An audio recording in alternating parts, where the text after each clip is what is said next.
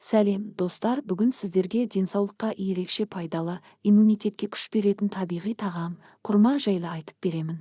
Құрманың құрамында адам ағзасына керекті көптеген дәрумендер мен минералдар бар. Калий, магний, темір, табиғи қанттар, бұлардың барлығы ағзаны қуаттандырып, денеге жеңіл күш береді. Сонымен бірге, құрмадағы табиғи антиоксиданттар иммунитетті нығайтып, ағзаның вирустарға қарсы күресу қабілетін күшейтеді. Грипп кезінде дене әлсіреп, шаршау жиі болады, ал құрма осы кезде ағзаға жұмсақ, табиғи қолдау көрсететін тағам. Ол энергияны қалпына келтіреді, қабынуды азайтуға көмектеседі. Ертеден бері құрма тыныс жолдарына пайдалы тағам ретінде белгілі, жөтелді жеңілдетіп, қақырықты азайтуға көмектеседі. Ал құрманы жылы суға салып ішсеңіз, әсері одан да жақсы болады.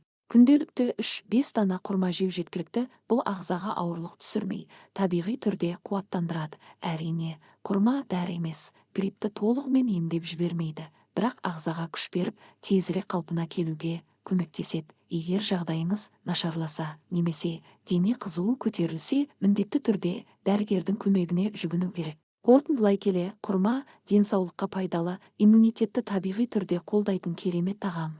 Видео пайдалы болса, лайк басып, каналға жазылуды ұмытпаңыз. Дендеріңіз сау болсын.